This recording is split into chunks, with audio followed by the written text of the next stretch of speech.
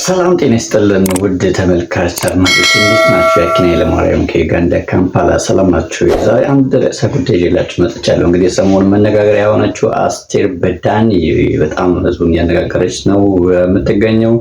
በእርግጥ ይህ ነገር ለምንድን እንደዚህ ይሆን ያለው የሚለው ትንሽ እኔም የራሴን የሆነ ጥያቄ በውስጤ ስለተነሳ ወደ እናንተ ስለሷ አንዳንድ ነገር ላድርስ ብዬ ነው እና እቺ እንግዲህ ጥሩ ተዋናይ የምንላት በዘጠናዎቹ እኛ ልጆች ሆነን ማለት ነው ተወዳጅ ተዋናይ የነበረች ናት። ደራሲ ነች፣ ዳይሬክተር ነች። የልጆች ፕሮግራም በማቅረብ ትታወቃለች። የልጆች መጽሐፍ በመጻፍ በማዘጋጀት ትታወቃለች። ከዛ ውጭ አንዳንድ የፊልም ስራዎችን፣ ጽሁፎችን በማዘጋጀት እና ዳይሬክት በማድረግ ጭምር የምትታወቅ አርት ውስጥ የነበረች እንቅስቃሴ ስታደርግ የነበረች እህት ናት።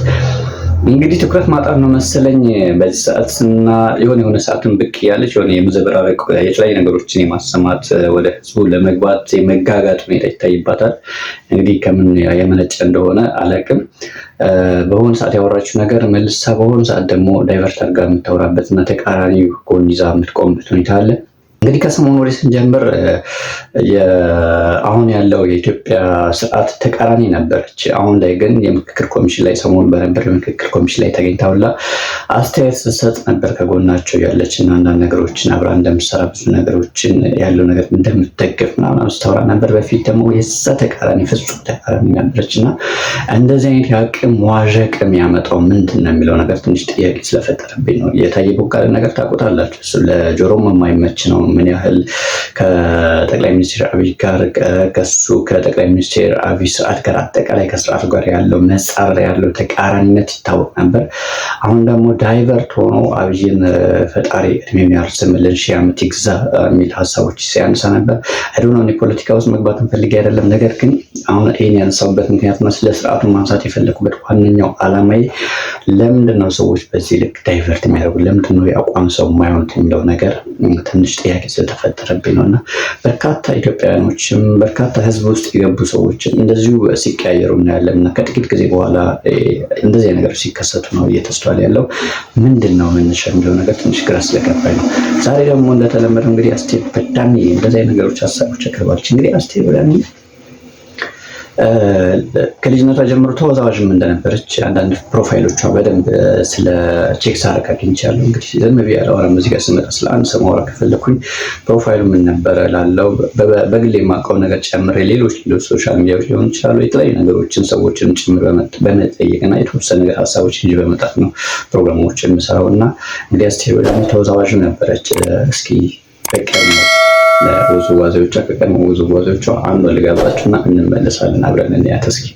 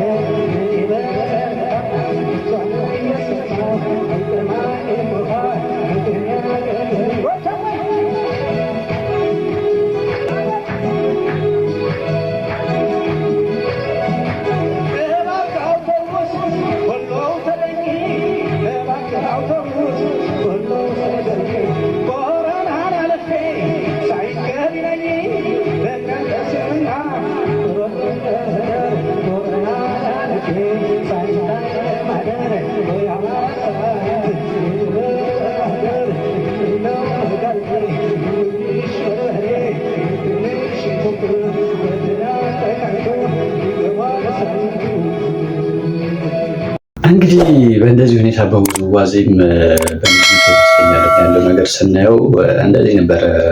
እንግዲህ በየምሽታ ቤቱ በየመድረኮቹ ሰዎችን ስታዝናና የነበረው ማለት ነው። ከዛ በኋላ ነው እንግዲህ ወደ ትወናው ወደ ተለያዩ አርት ስራዎች ወደ ጽሁፉም ጭምር ብቅ ያለችው ማለት ነው። እንግዲህ እያደገች የመጣች ነበረች እና ከጊዜ በኋላ ግን ትንሽ የአቋም መዋዠቅ የተቀባይነት ማጣት ይመስለኛል መጥቷል። እና ከውስጥ አዋቂ ስሰማ እውነት ለመናገር ቀደም ሲል ከጠቅላይ ሚኒስትሩ ከአብይ አህመድ ጋር ጥብቅ የሆነ ግንኙነት እንደነበራትም ጭምር በደንብ አጠገቧ ሆኖ የሚያውቃት የቅርብ ሰዋ በደንብ መረጃ ነግሮኛል። እንግዲህ ይህች እህታችን አሁን እንደዚህ የመዘበራረቅ አንዴ ሲስተሙን የመደገፍ አንዴ ከህዝብ ጋር የመጋጨት አንዴ ደግሞ ሲስተሙን የመንቀፍ ሁኔታ የሚታይባት ሜይቢም ፊት ስላላገኘች ይሆን ወይ አሁን ያለው ነገር እዛ ያለው ነገሮች ስለተዘጋጉባት ይሆን ወይ ከጠቅላይ ሚኒስትር አብይ ጋር እንደ ቀድሞ እንደነበራት ቅርብ ወዳጅነት አሁን ያንን አታ የሆነ ወይ የሚልም ጥያቄ ተነስቶብኛል ብለን መናገር እና ምንድን ነው እንደዚህ የሚያንኮሻኮሻት ነገር የሚለው ነገር ትንሽ ጥያቄ ስለፈጠረብኝ ነው።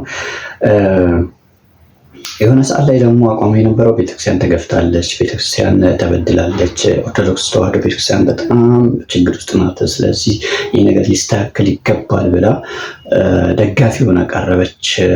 ከዛ ሁሉም አደነቃት፣ እውነቷን ነው ተባለ። ሪያሊቲ እሱ ስለሆነ ማለት ነው። ከዛ ቀጥሎ ደግሞ መጣችና እሱን በማስከተል ደግሞ የኢትዮጵያ መንግስት ምንድን ነው እየቃመ ነው እንደሚሰራው ምንድን ነው ሀሳብ ይመጣለት ሲቅም ነው እንደ የሚል በጣም ትንሽ ከትክክል ካልሆነ ትክክል ባልሆነ ትችት የመጣችበት መንገድ አለ። ምክንያቱም ጠቅላይ ሚኒስትር እስከሆነ ድረስ ሀገር እስካስተዳደረ ድረስ በዚህ ልክ ስም ማግደፍ ትክክል ነው ብዬ ማለት ነው ፐርሰናሊ። ምንም እንኳን ሲስተሙ የተንገጫገጨ ነገሮች መውረድ መውጣት ቢኖርባቸውም ሲስተሙ ላይ የራሱ የሆነ ችግርም የራሱ የሆነ ጥራት ቢኖርም ሲስተሙ ላይ ግን በዚህ ልክ ሀገርን የሚመራ አካል በዚህ ልክ ወርዶ መናገር እኔ ልክ ነው አልገልጽም እንደራሴ እንደ አንድ ወጣት ማለት ነው። ቢያንስ ከተቸን እንኳን በተገቢው መንገድ በተገቢው ቃላቶች ነው መተቸት ያለብን እና በዛ ልክ ጠቅላዩን ወርዳ በዚህ ልክ ስተች ነበር። የባህር በር ይላል እዛ ጋር ጦርነት ሳያልቅ እዚህ ጋር ጦርነት፣ የአማራ ጦርነት ሳያልቅ የትግራይ ጦርነት ሳያልቅ ድጋሚውን ደግሞ ከኤርትራውያን ጋር ጦርነት ልንጀምር ነው የሚል ሀሳቡ በሳል ነው፣ ይገዛል ሀሳቡ ጦርነት አስፈላጊ ስላልሆነ ማለት ነው። ነገር ግን በዚህ ልክ መናገሩና ጠቅላይ ነው ወርዶ በዚህ ልክ ይቅማል ወይ ብሎ ለሚዲያ በግልጽ በትልቅ ሚዲያ ያው ትልቅ ብዙ ማህበረሰብ በሚያየው ሁኔታ በዚህ ልክ መናገሯ ነው ትንሽ ቀረ የሚያሰኘው። ከዛ ውጭ ግን ጦርነቶች በሙሉ ልክ አይደሉም። የሆነ ሰዓት ላይ የሚነሱ ነገሮች የሚነሱ ኮሽታዎች ትክክል ናቸው ብዬ አላምንም። ይህን እንግዲህ እነዚህ ሁለት ሀሳቦቿ በተለይ የቤተክርስቲያን ጉዳይና ፕለስ ደግሞ ከባህር በር ጥያቄ ጋር ያላትን ሀሳብ እስኪ ተከታትለን ደግሞ እንመለስ። በሚያሳዝን ሁኔታ ግን ቤተክርስቲያን እየተገፋች ያለችበት ሰዓት ቢኖር አሁን ነው። በዚህ ዘመን ዲያቆን ዳንኤል ክብረት ድምጽ የነበረው ጊዜ ራሱ ወጥቶ ይህን ነገር አውግዟል። አሁን ሚውት ላይ ነው። ከአማራ ጋር ጦርነቱ ደግሞ ገና ባልተጠናቀቀበት ሁኔታ ከኤርትራ ጋር እንደዚህ አይነት ጉድ እኔ አንዳንዴ ከመንግስት የሚመጣ ሀሳብ ይቅማል እንዴ መርቅሉ ነው እንዴ ሀሳብ የሚያወጣው ምናምን ያስብለኛል። ጌታ ዝም ብሎ ማለት ነው ደው ይበታል የሆነ ሀሳብ ድንገት 32 አመት የኖረች ሀገር የባህር በር ያስፈልገናል። እዛ ጋር እኮ ቀረ በቃ ተዋጋ። ከዛ ኤርትራን ሀገር አረካት። አሁን ኤርትራ ሀገር ሆና ዓለም የተቀበላት ነች አይደለ? የባህር በር ተከራይተህ ነበር የምትኖረው አይደል 32 አመት። በዛ ትቀጥላለህ። ከኤርትራ ጋር ደግሞ ያለውን ባህር በር ፈልገዋለሁ እሱ የኔ መሆን አለበት ምናምን ድንገት ተነሳ አትልም እኮ ነው ነው ከፈለከው ስለተቀራረቡ ኢሱ ምናምን እየተባባሉ ስለተጎራረሱ ቀለበት ስላረጉ ምናምን ይሆነ አይተናላ። በዛ ፍቅር ሙድ ውስጥ ካሉ አሁንም በቃ በሰላም ያንን አብረው በጋራ የሚጠቀሙበትን ነገር ይፈጥራሉ እንጂ ገባ አይደለ? እኔ እሱ ባይሆን ከትግራይ ጦርነት ስንላቀቅ ከአማራ ጋር ጦርነት ከአማራ ጋር ጦርነቱ ደግሞ ገና ባልተጠናቀቀበት ሁኔታ ከኤርትራ ጋር እንደዚህ አይነት ጉድ what is next እንግዲህ እንደሰማችኋት ነው ዋትስ ኔክስት አንድ የሆነ ነገር እውነት አለ እውነት የተናገረችበት መንገድ ነው እንጂ አንዱ ጦርነት ሲያበቃ ወደ አንዱ ሲያበቃ ወደ አንዱ የሆነ የምንለካከፈው ነገር አለ አንዱ ከአንዱ ላይ የምንቦጫጨቀው ነገር አለ ይሄ ነገር የምርም እኔ ራሴ ጥያቄ ይፈጥብኝና መቆም ያለበት ጉዳይ ነው በተለይ ወጣቱ አይመለከተኝም ማለት ነው የምሬ ከማን ጋር ምንም አይነት ሰጣ ገባ ውስጥ ለመግባት ወጣቱ መዘጋጀት ያለበት አይመስለኝም እውነት ለምናገር እምቢ ካልን እምቢ ነው አስገድዶ ወደዛ የሚመረን አካል የሚያስጨንቀን አካል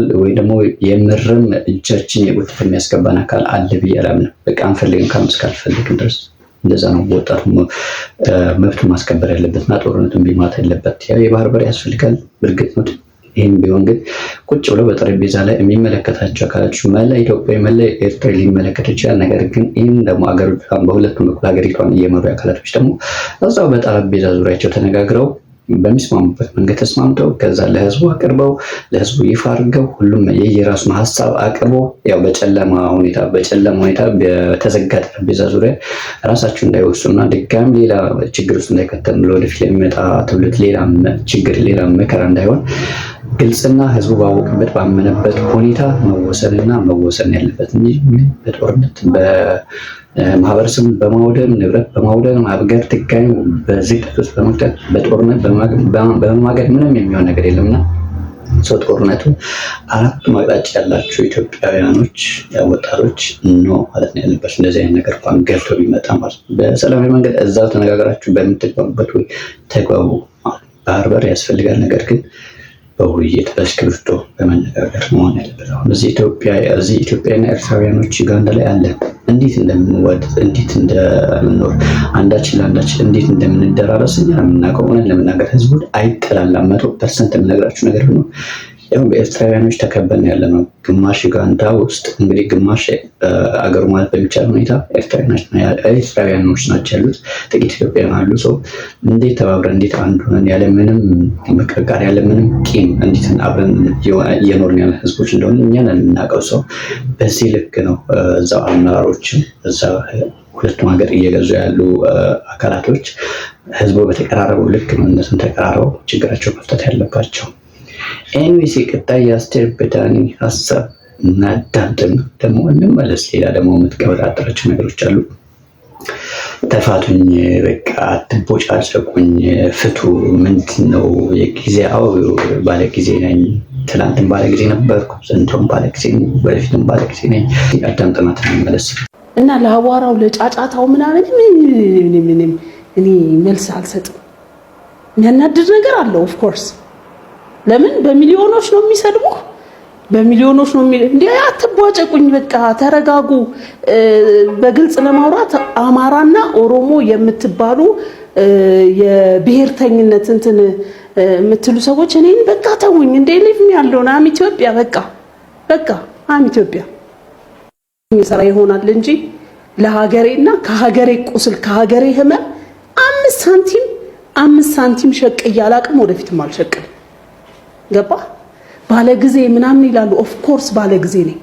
ዛሬም ባለጊዜ ነኝ ትናንትም ባለጊዜ ነኝ ነገም ባለጊዜ ነኝ ምድር ላይ ህይወቴ እስካለች ድረስ እኔ ባለጊዜ ነኝ ጊዜ መቼ ነው ካልክ በህይወት መሬት ላይ የቆየውበት የሆነ ፓርቲ ሲወጣ ባለጊዜ የሆነ ፓርቲ ሲወድቅ ባለጊዜ ያልሆነ ሰው አይደለም ዘርሽ ብሔርሽ ምንድነው ደግሞ ለሚሉኝ ከማይጠፋ ዘር ተወልጃለሁ የሰማያዊ ዜግነት ያለኝ ነኝ ለዚህ ምድር እንግዳ ነኝ ገባ ግን እዚህ ምድር ላይ ደግሞ እንድቆይ እግዚአብሔር የፈቀደልኝ ዘመን አለ ባለፈውም ተናግሬዋለሁኝ እዚች ምድር ላይ እንድወለድ ያደረገው እግዚአብሔር ነው ለሰዎች የሚወለዱበትን ቦታና ዘመን ይሰጣቸዋል ይላል እግዚአብሔር ቃል ያን ማንም ሊከለክለኝ ሊያስቀርብኝ አይችልም ለማንኛውም እንዳለችው ነው እንግዲህ ትንሽ የአቋም መዋዠቅ አለ እንግዲህ ላይክ እንደ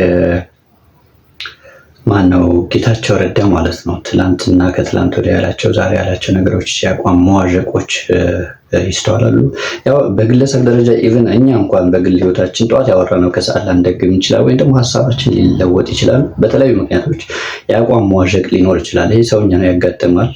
ነገር ግን ሚዲያ ላይ ያሉ ሰዎች እና እንደዚህ በተለይ ትልቅ ፖዚሽን ያሉ የፖለቲካ ሰዎች፣ እንደዚህ አርቲስት ሰዎች ህዝብ ይታዘባቸዋል። ቢያንስ የሚዋዥቁበት የአቋም ሁኔታ ፍጹም የተለያየ ባይሆን ቢያንስ ተቀራራቢ ቢሆን፣ አሁን ትላንት ሌላ ነበረች፣ ዛሬ ሌላ ነች እና ትንሽ የሚያስደነግጥ ነገር አለው። ታዬ ቦጋለ፣ ጌታቸው ረዳ በጣም እንደዚህ ትልልቅ ህዝብ ውስጥ ገብቶ የነበሩ ሰዎች በዚህ ልክ ሲቀያየሩና እንደ እስስ ሲለዋወጡ ማየት ትንሽ ስለሚከብድ ነው። ማህበረሰቡ ከነሱ ምን ይማራል የሚለው ነገር ለማንሳት ነው ለንጽጽር ያቀረብኩላችሁ።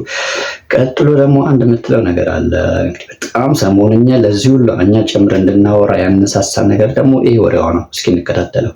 አሁን ጦር የሚያማዝዘን ብዙ ትውልድ የበላብን ጉዳይ ምን እንደሆነ ልንገርህ።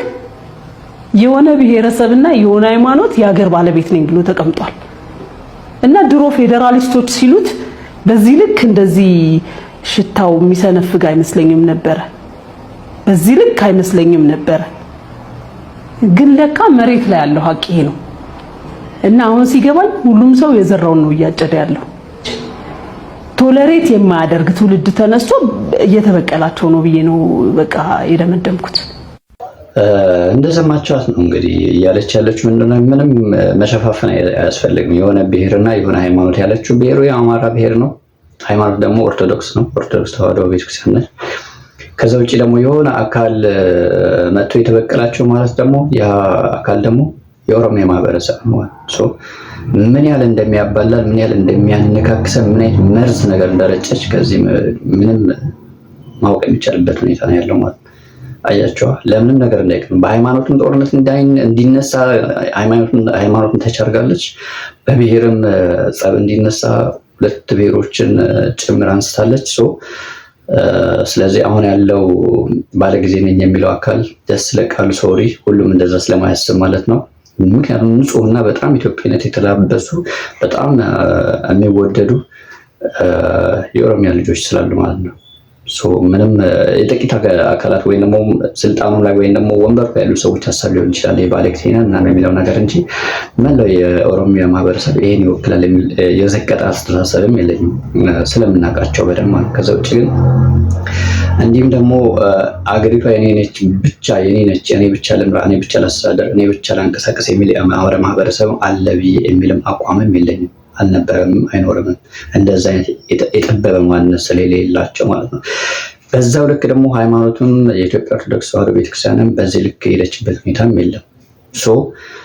በዚህ ልክ ጭንቅላቷ ምን ያህል እንደዘቀጠና ምን ያህል የወረደ አስተሳሰብ ውስጥ እንደሆነች፣ ምን ያህል የአቋም መዋዠቅ፣ ምን ያህል የሳይኮሎጂ መመታት ውስጥ እንደሆነች እና ምን አይነት የበታችነት ስሜት ውስጥ እንዳለች መናገር ግልጽ ነው።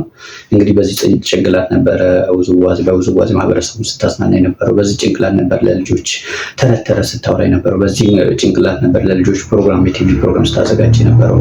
በዚህ ጭንቅላቷ ነበር እንግዲህ መጽሐፍ የጻፈችው፣ ዳይሬክት ያደረገችው ፊልሞች እንዲሁ ደግሞ ድራማዎችን ስትሰራ የነበረው። እንግዲህ ይህንን ጭንቅላት ይዛ ነው አይ ዶንት ኖ ምን አይነት መልዕክት እንዳስተላለፈች ራሱ የሰራቻቸው ስራዎች ወደኋላ ሄደን እንድናይ ነው ነገሩ ያነሳሳን ማለት ነው። በዚህ ልክ ግን ለጸብ ምክንያት መሆን፣ ጸብ ለመጫር መታገል፣ አንዱን ከአንዱ ሃይማኖት ከሃይማኖት ብሔር ከቤት ምንም ሁለቱም በኩል ሳይቀራት በጣም ሴንሲቲቭ የሆኑ ሁለቱም ሳይዶችን አንስታ ለማባላት መሞከር ልክ አይደለም። ያለማስተዋላት ትንሽ ዋጋ የሚያስከፍላት ይመስለኛል። ለዛ ነው ህዝቡ እየተንጫጫ ያለው።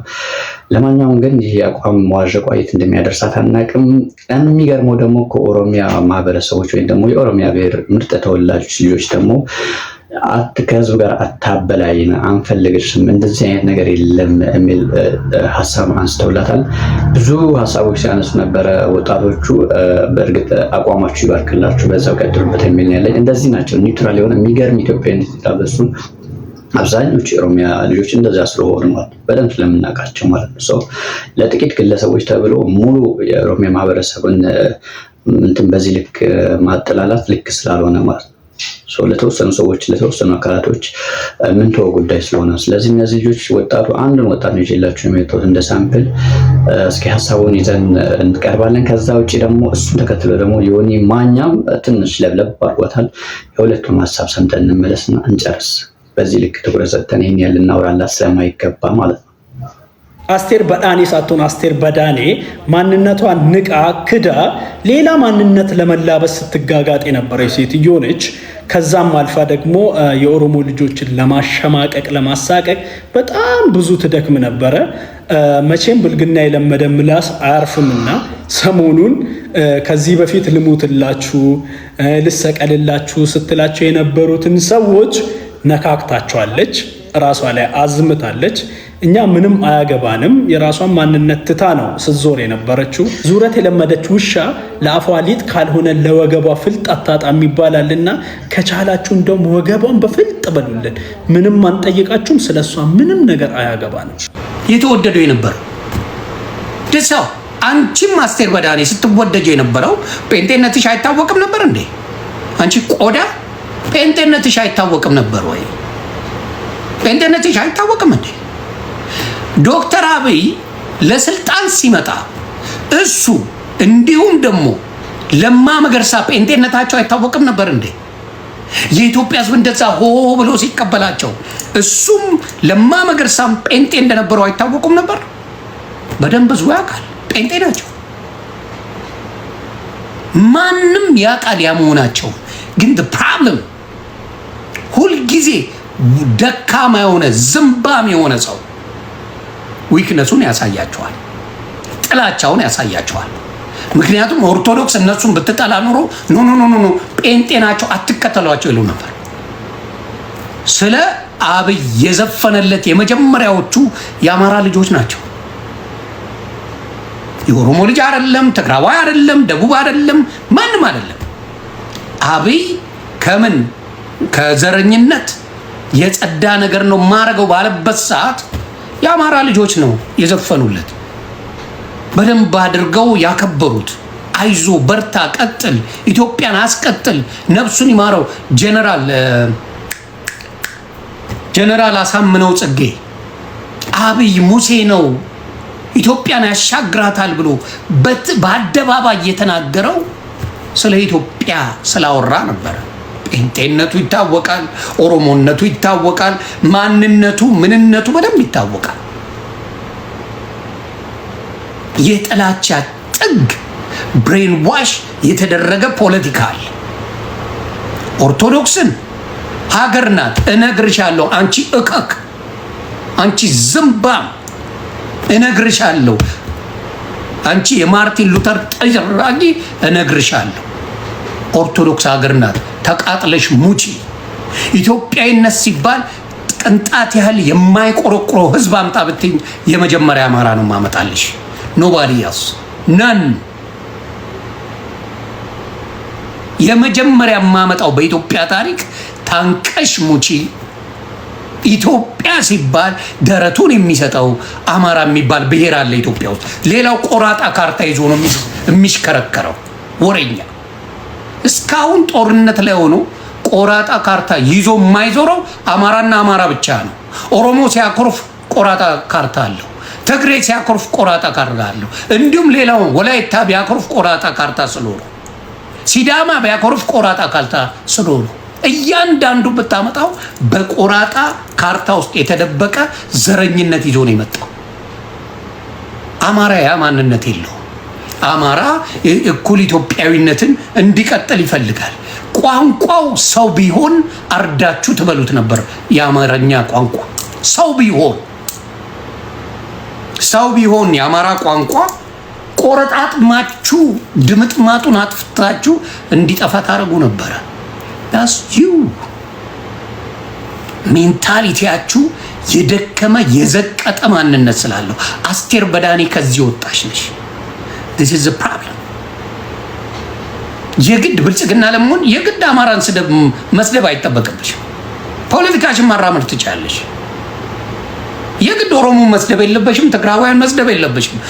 ብልጽግና ትሆኛለሽ፣ አመራሩ ጋር አብረሽ ትሰሪያለሽ። አለቀ። የሚቃወሟት በርካታ ሰዎች እየመጡ ነው ያሉት እና እንግዲህ ጽናቱን ይስጥሽ ነው። በየማህበራዊ ሚዲያ እንግዲህ የሰሞኑ መጫጫያ የሰሞኑ ጩኸት እሷ ሆናለች። እንግዲህ በዚህ ልክ የትኩረት ማጣት ጥማት እንግዲህ ያው መነጋገሪያ እንድትሆን እንዲሳካላት አድርገዋል።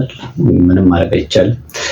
ነገር ግን በዚህ ልክ ጥላቻ በዚህ ልክ የወረደ አስተሳሰብ ይዞ መጥቶ በህዝብ ዘንድ ያጣችውን ተቀባይነት ወይም ደግሞ የተረሳችውን ሴትዮ አስታውሱኝ ተረሳሁኝ ማለት ዝንባሌ ማንጸባረቅ ልክ እንዳልሆነ ነው የሚሰማኝ። ከዛ ውጭ ደግሞ እንደዚህ አይነት የአቋም መዋዠቅ ያለባቸው ሰዎችን እንግዲህ እየዘለሉ ካሌሉ በስተቀር የእነሱን ሀሳብ ይዞ ወደ ሌላ ችግር በሚገባ ከሆነ ወጣቱም ልክ አይሆኑ፣ ማህበረሰቡ ልክ አይሆኑ ማለት ነው። ያው ቀልብ ልብ ይስጣቸው ነው የሚባለው፣ ወደ ራሳቸው ይመልሳቸው የሚባለው። ምክንያቱም የሚያጫርሰን እርስ በርስ የሚያገፋፋን በጣም ብዙ ችግር ውስጥ የሚከተም ሀሳቦች ይዘው እየመጡ ስለሆነ እሱን አለማዳመጥ ነው። ያው እንደዚህ አውርተን ማለት ነው የተሻለ የሚሆነው።